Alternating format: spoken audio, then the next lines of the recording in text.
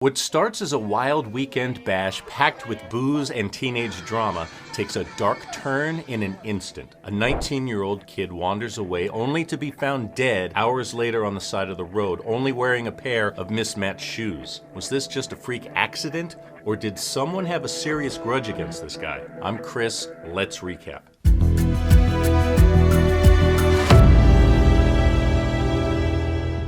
Madison Rawlings is at home in South Texas when she gets the worst call of her life. Her brother Noah Presgrove has been found dead on the side of the highway 8 hours away in Terrell, Oklahoma. She drives through the morning and early afternoon until she comes to a detour on US 81. Police are rerouting cars to avoid the active crime scene. At that moment, Madison doesn't know if her brother is still lying on the hot pavement. He's naked except for a pair of mismatched shoes. His white shorts are found nearby, still intact, in the middle of the road. Noah's covered in blunt force trauma from the waist up. He's 6 feet tall and weighs about 175 pounds. He can hold his own in a one-on-one fight, which is why some people think he was jumped by a group of men. According to one friend, his face looks like he'd been beaten up by 5 guys at once. Oklahoma police quickly find out Noah left a nearby house party a few hours before his body was found. It was a weekend-long rager to celebrate a girl's 22nd birthday. Dozens of local kids came and went between Friday and Sunday. At one point, there were upwards of 40 people at this party. It's been 9 months since Noah's death, and his family is still reeling. They have the ME's report showing dozens of injuries, abrasions, rashes, scrapes, cuts, bruises, and broken bones. They also have a statement from the Oklahoma police saying they're not treating Noah's death as a homicide, but they're not ruling out manslaughter. Like all mysterious death cases, the family has more questions than answers. They know how Noah died. They just don't know who killed him or if anyone killed him at all. Cops ruled out a hit and run, so how did he suffer so much blunt force trauma? Did a freak accident at the party cost Noah his life? If so, what kind of accident would leave him looking the way he did? Or did somebody have a huge grudge against Noah, beat him to death, then dump his body on the side of Highway 81? Let's start at the beginning and see if the killer pops up somewhere along the way. As Labor Day weekend 2023 rolls around, Noah has a choice to make. His aunt and uncle have 2 extra tickets to Rocklahoma, a 3-day hard rock and metal festival in Pryor, Oklahoma. Big names like A Day to Remember, Slipknot, and Lamb of God are headlining. Noah's family gets a bit uneasy when he says he wants to bring his 16-year-old friend. Rocklahoma is a total party. His aunt and uncle are fine bringing 19-year-old Noah and their own kids, but they don't want to be responsible for somebody else's teenager. So, at the last minute, he decides to go to Avery Combs' 22nd birthday party instead. It was a 4-day rager over Labor Day weekend filled with booze and bad decisions. According to the Daily Mail, Avery comes from a family of landowners in Terrell, Oklahoma, another small town about 30 miles south of Comanche, where Noah's from. He graduated high school in the spring of 2023 with plans to join the military in 2024. His family says he was waiting for his younger cousin to graduate so they could join up together. The party is at Avery's house about a mile north of town. To get there, you have to turn off Highway 81 and go down a narrow dirt road. A viral Snapchat invite with her address brings in every popular kid from Terrell to Comanche. Noah drives his own truck to the party on Saturday, but from now on, what happened and when is hotly debated. His best friend Jack offers one of the more trustworthy timelines, depending on who you ask. Snapchat videos from Saturday night show some party people riding on Noah's back and butt with markers. They sign their names and draw some crazy pictures, the kind you'd expect a bunch of drunken teenagers to draw. At one point, Noah and Jack have words when Noah spends too much time talking alone with Jack's girlfriend, the birthday girl's sister. It's apparently just a misunderstanding, the kind you have with friends when everyone's drinking, and the guys make up moments later. By all accounts, everything's fine. Noah eventually drives himself home. He freshens up, finishes a few errands, and checks on his grandmother, who he lives with. Sunday night, Noah leaves his car at home and hitches a ride with friends to get back to Avery's party, where things pretty much pick up where they left off. Everyone's drinking and enjoying themselves until Noah gets into a scuffle with a 16-year-old kid named Mikey. Mikey thinks Noah took his phone. Noah doesn't know what the hell Mikey's talking about, and the two almost come to blows. Some eyewitness accounts say Mikey fish-hooked Noah's mouth, so Noah bit his finger.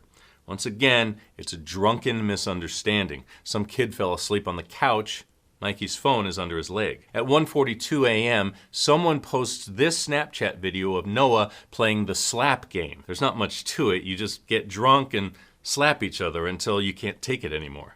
Punch me. I want to what? No, shut up. Come on. Yes, Shady. Come on, Shady. Oh!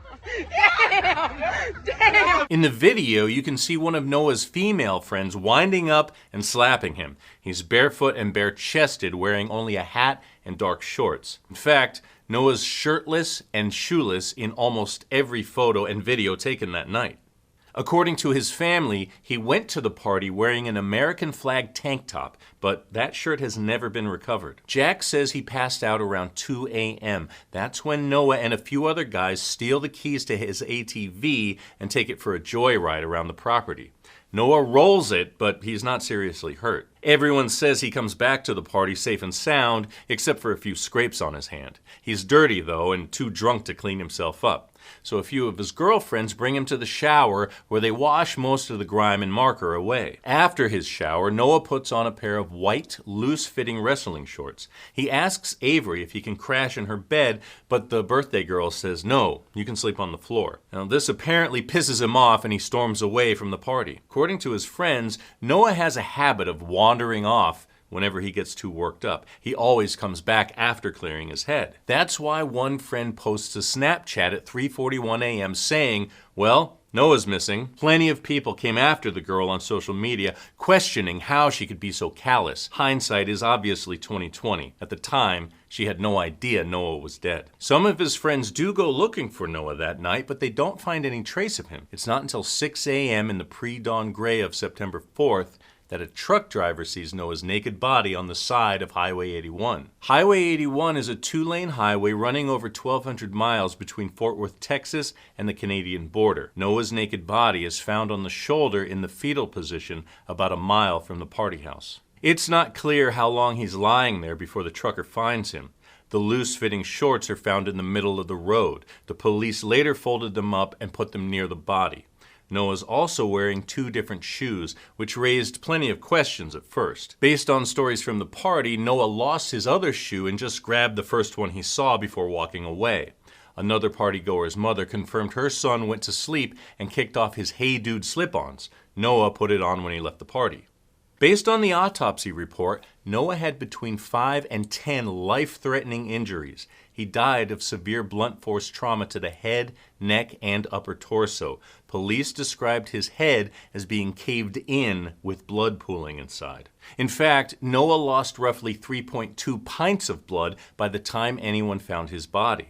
A man of his size has roughly 12.6 pints of blood in his body. Most adults can lose about 14% of their blood without experiencing major side effects. You'll begin feeling nauseous and uneasy after losing between 15 and 29%. You'll likely pass out after losing between 30 and 40% and then die after losing half your blood. Noah was in that 25% range, so blood loss wouldn't have killed him. The real question is, where did 25% of Noah's blood go? According to reports, there was hardly any found on the scene. One blood spot was found on the highway, but it wasn't under his body like you might think. It was several feet away. Most of Noah's teeth were broken, and a fully intact tooth was found a few feet away from his body. And remember all those people riding on his body and marker? By the time police find him, he's only got a marker stick figure on his leg. Everything else has been cleaned off. The left side of his face suffered the most damage. A large patch of his scalp was torn off to the bone. He was bleeding out both his ears, and both his lungs were punctured. He suffered further internal injuries to his heart, stomach, and spleen. He'd broken his C1, C2, C6, and C7 vertebrae, with C1 being the most severe, indicative of a seriously broken neck. There was road rash on his upper back and several grazes on the left side of his body. According to police, there were no vehicle parts or debris observed on the scene, which is why they ruled out a hit and run. They found something else that made them say it wasn't a hit and run. If Noah was hit by a car, there'd be more damage to his legs and lower body. All of his injuries were from the waist up, but what if he wasn't walking when he got hit by a passing car? What if he had fallen over and was pushing himself up when the car hit him on his left side? It would certainly explain the extensive injuries to his upper body. But then there's the lack of blood, which makes some people think Noah was killed somewhere else, then dumped on the side of the highway. That, or he was thrown from the back of a pickup and suffered all those injuries when he hit the pavement. But if that was true, you'd see injuries to his legs and lower body. Doctors are baffled about what it could have been. As of 2024, Noah's family is left with more questions than answers. The police are still investigating the case, but they're not treating it like a homicide. Or maybe they're just saying that, hoping the killer might relax and slip up. There's a good chance somebody from the party knows what happened to Noah Presgrove. They either killed him, maybe accidentally, or they saw the accident that cost Noah his life. If he was hit by a car, somebody out there was sitting on a big secret. You don't just hit a 6-foot-tall, 175-pound human and not notice. Noah's family started a GoFundMe, hoping to hire a private investigator to dig into Noah's case. In an interview with People magazine, his brother said, "There are many conflicting accounts of that night. With so much time passing, it seems that the stories are changing. Other times it feels like they're reading off a script. It's hard to trust anyone." Noah's injuries are too severe for a trip and fall. Somebody caused them, either intentionally or unintentionally. That person is the only one who knows what really happened that night. All we can do now is wait until the guilt or the law finally gets to them. But what do you think happened? Let's talk about it in the comments below, and if you like getting all the crime in half the time, it would mean a lot to us if you took a second to give this a like and remember to subscribe so you never miss a recap. We're here 3 times a week. See you soon.